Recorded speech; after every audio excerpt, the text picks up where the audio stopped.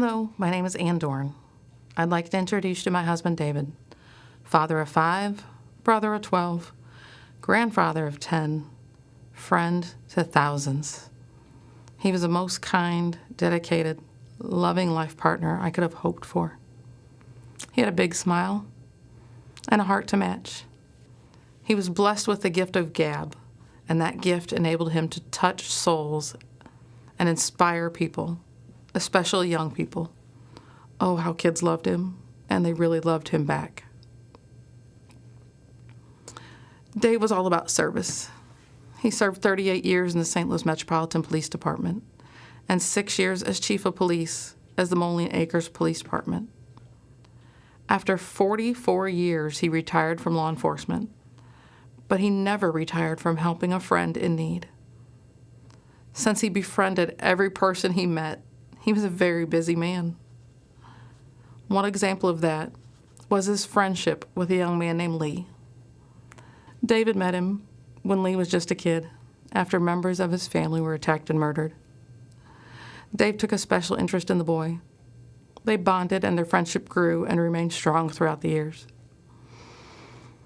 Lee eventually opened a pawn shop. He trusted Dave implicitly and asked Dave to help with security. David readily agreed. Whenever the shop's alarm would go off, the alarm company called Dave. He would investigate. If he got a call after I went to bed, he would wake me up and tell me he was going to Lee's, just to make sure everything was all right. Most of the time they were false alarms, triggered by a storm or animals. But I never rested easily until I heard Dave's key turn in the door, knowing he was home safe. The alarm that went off the morning of June 2nd was for real. It was a violent night in St. Louis. 4 officers were shot. Others were hit with rocks and fireworks. At least 5 businesses were damaged, looted, or set on fire. As the Officer Wellness Coordinator and CIT Coordinator with the police department, I was keenly aware of the rioting and spent the evening getting ready to mobilize support for officers who were impacted. After I'd gone to bed, David received a call from Lee's alarm company. The front door of the pawn shop had been breached. This time he didn't wake me up to tell me. He probably knew I would have tried to stop him or insist on going with him. As I slept, looters were ransacking the shop. They shot and killed David in cold blood, and then live streamed his execution and his last moments on earth.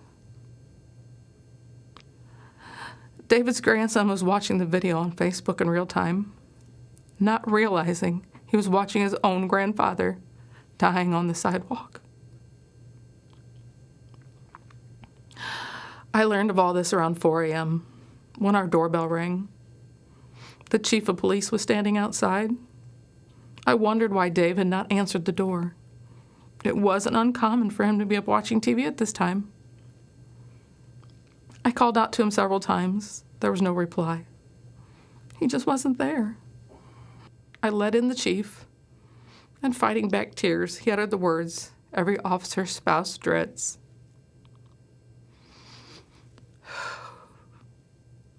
I relive that horror in my mind every single day. My hope is that having you relive it with me now will help shake this country from this nightmare we are witnessing in our cities and bring about positive, peaceful change. How do we get to this point where so many young people are callous and indifferent towards human life? This isn't a video game where you can commit mayhem and then just hit reset and bring all the characters back to life. David is never coming back to me. He was murdered by people who didn't know and just didn't care. He would have done anything to help them. Violence and destruction are not legitimate forms of protest. They do not safeguard Black lives. They only destroy them. President Trump understands this. has offered federal help to restore order in our communities. In a time when police departments are short on resources and manpower, we need that help. We should accept that help. We must heal before we can effect change, but we cannot heal amid devastation and chaos.